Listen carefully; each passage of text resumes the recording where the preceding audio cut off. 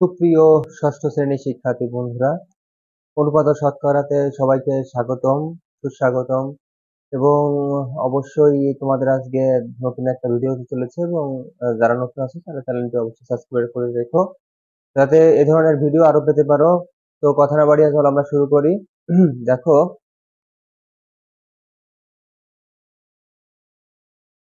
এইখানে প্রত্যেকটা জিনিসে আমি যদি 2.1 এর কথা বলি তোমাদের একটু,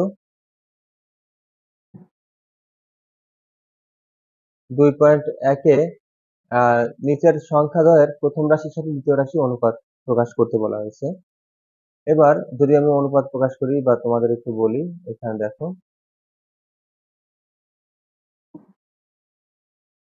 দেখো অনুপাত অনুপাত মানে কি? তোমার এইখানে এত বড় বেশি করার দরকার নেই, কোনো প্রয়োজন নেই। আর 25 অনুপাত হচ্ছে 30, 35, সরি 35, জাস্ট এটা অঙ্ক শেষ। এবার তুমি প্রত্যেকটা অঙ্ক কিন্তু এভাবে করতে পারো। হ্যাঁ, এই যে এটা একটু ঝামেলা আছে, এটা কেমন একটু তোমাদের বোঝায়। এখানে যে মিশ্র আছে, মিশ্র ভাঙাচুর ভাঙাইতে হবে, তোমরা ভাঙানোর নিয়ম অবশ্যই জানো। যেমন 7 আর 3 গুণ করতে হবে, তার সঙ্গে 1 যোগ, 3 সাথে 21 আর কত আছে 22, আর নিচে থাকতে হবে 3, আর ওইখানে 5 নং 45 আর 2 আছে কত 47, আর নিচে থাকতেছে 5। হ্যাঁ, দেখো এই যেটা আছে এটাকে তুমি একটু গুণ করো। হ্যাঁ, গুণ করো। যখন তুমি এটাকে গুণ করবা, এটা অনুপাত আছে, যখন তুমি গুণ করবা তখন এই 5 চলে যাবে উপরে, এই 5 চলে যাবে উপরে, আর 47 আসবে নিচে। জাস্ট এইটুকু, আর কিছু তো না। তোমার এইটুকু করবা, এখানে ভাঙানোর পরে জাস্ট তুমি ভাঙাও, ভাঙানোর পরে জাস্ট এইভাবে করে দেবা।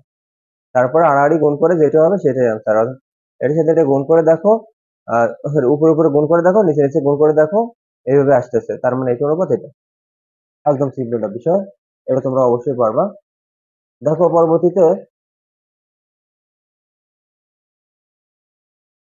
পরবর্তীতে আমি যদি একটু নিচের দিকে আসি, সরি, 1 বছর 2 মাস ও 7 মাস, এই বছরটাকে তুমি মাসে ডিভাইড করবে। হ্যাঁ, 1 বছর সমান 12 মাস, তাহলে পরে 12 মাস আর 2 মাস, তাহলে 14 মাস, আর এখানে 7 মাস, কাটাকাটি করবা, জাস্ট এনাফ। এই দেখো 14 আর 7, হ্যাঁ 14 আর 7, 7 কেজি ও 2 কেজি 300 গ্রাম, জাস্ট তুমি এখানে 7 কেজি ও 2 কেজি 300 গ্রাম, 7 কেজি তো তোমার আছে তাই না? তো এটাকে চাইলে তুমি গ্রামে প্রকাশ করতে পারো। 7 কেজিতে 1 কেজিতে 1000 গ্রাম, মানে 7 কেজি 7000 গ্রাম। এই দেখো 7000, আর এখানে আছে 2 কেজি, তাহলে 2000 গ্রাম, আর 2000 যোগ করছে 300 গ্রাম, তাহলে 2300 গ্রাম। একদম সিম্পল একটা বিষয়। তুমি এইখানে পরপর সিরিয়ালে এটি করে ফেলবা। 7 কেজি প্রথম ভাঙাবা, তারপর 2 কেজিকে ভাঙাবা, তারপর দেখো 7000 অনুপাত 2300, এবার কাটাকাটি করলে পরে এইটা আনসার। 2 টাকা 40 পয়সা। দেখো 2 টাকাকে ভাঙাও, 2 টাকাকে সিম্পল ভাবে ভাঙাও, তাহলে 2 টাকা যদি 1 টাকা যদি 100 পয়সা, 2 টাকা কত পয়সা হবে? 200 পয়সা হবে। আর এখানে 40 পয়সা দেওয়া আছে, কাটাকাটি করো, 5 অনুপাত 1, 40 দিয়ে কাটাকাটি করো, 40 কে 40, 5 40 কত হয়? 200। নিচের অনুপাতগুলোকে সরলীকরণ করো। একদম সিম্পল একটা বিষয়। হ্যাঁ, এগুলো তো একদম সিম্পল মামুলি একটা বিষয়। তুমি এটাকে দেখো, একটু খেয়াল করি।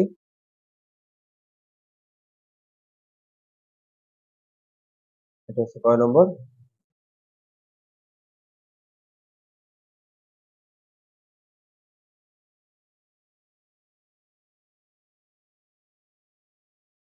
দুই দাগ, 9 অনুপাত 12। তাহলে 9 অনুপাত 12কে তুমি একটু ভাঙাও, সরলীকরণ মানে হচ্ছে ছোট করা, সরলীকরণ মানে হচ্ছে কি সংক্ষিপ্ত করা। তাহলে 9 কে ভাঙাও, 3 3 কে 9, আবার 3 দিয়ে ভাগ করো, 3 4 12, এই তো হয়ে গেল শেষ অঙ্ক। 15 আর 21, দেখো 5 দিয়ে তুমি 3 দিয়ে 3 15, 3 সাথে 21 হয়ে গেল 45। দেখো পরবর্তীতে কি আছে, পরেরটা কই গেল?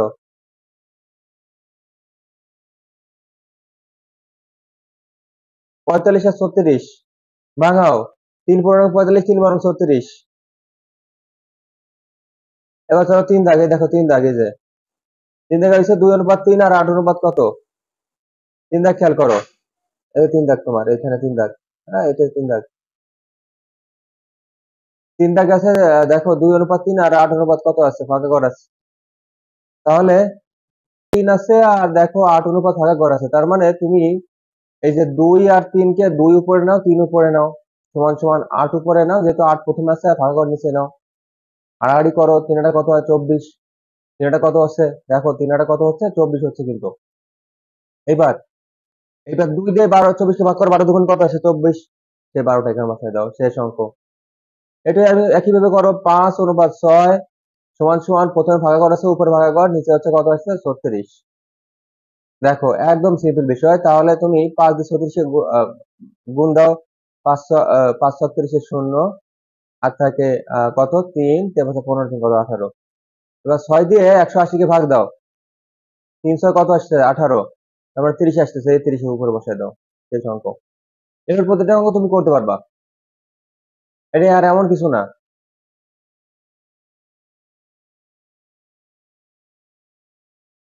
চলো এটা দেখো, হলঘরের দৈর্ঘ্য প্রস্থ 2:5, প্রস্থ দৈর্ঘ্যের সম্ভাব্য মান বসিয়ে সারণীটি পূরণ করো।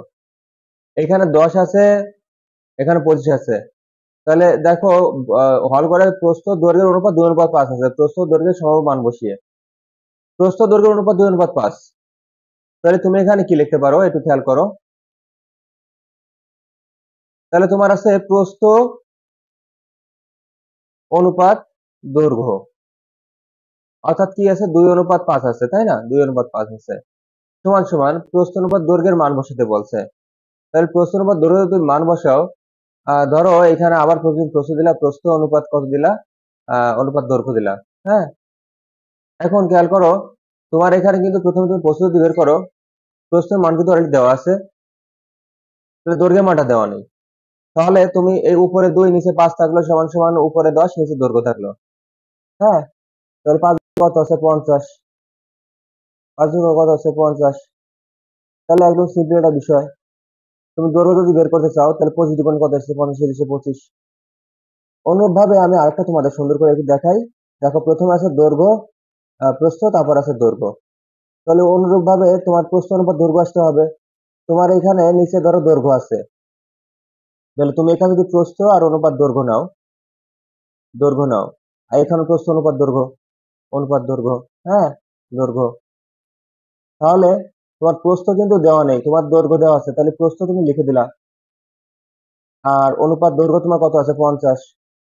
এবার উপরে 2 নিচে 5, আর সমান সমান উপরে প্রস্থ আর নিচে কত 50।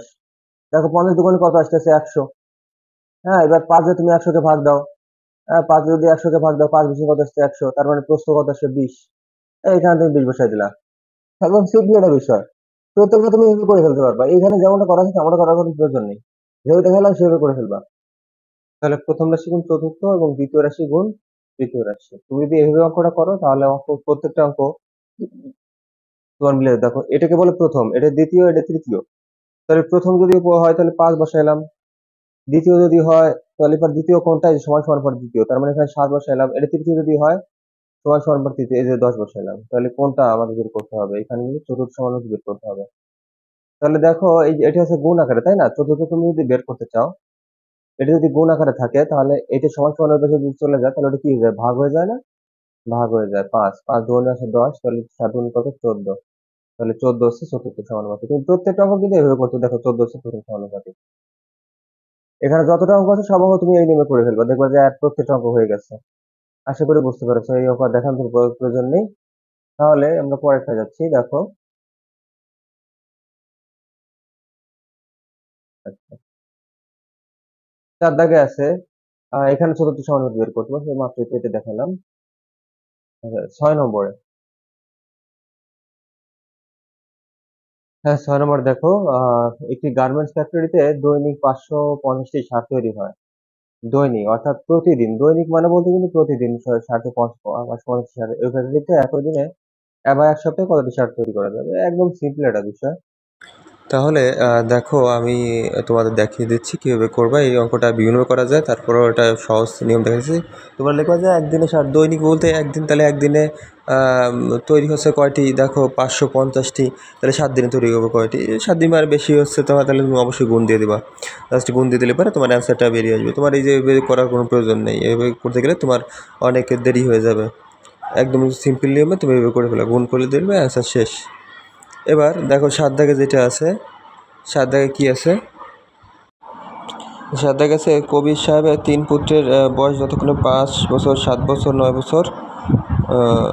হ্যাঁ এই অঙ্কটাই।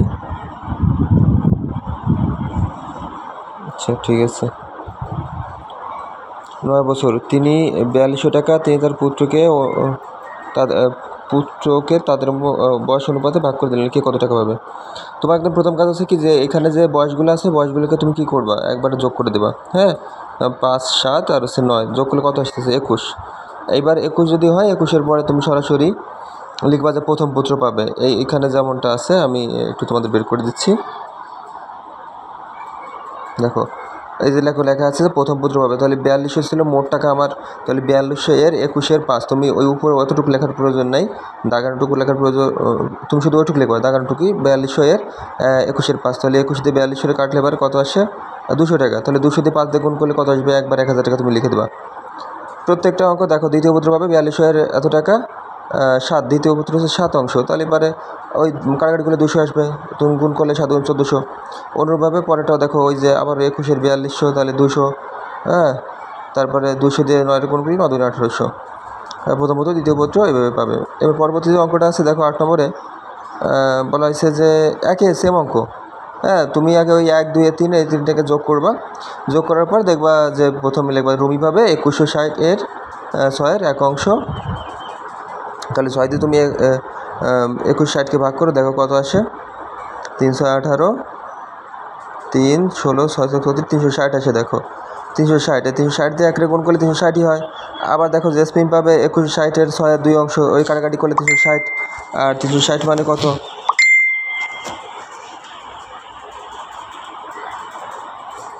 যে 360 মানে কত তোমার?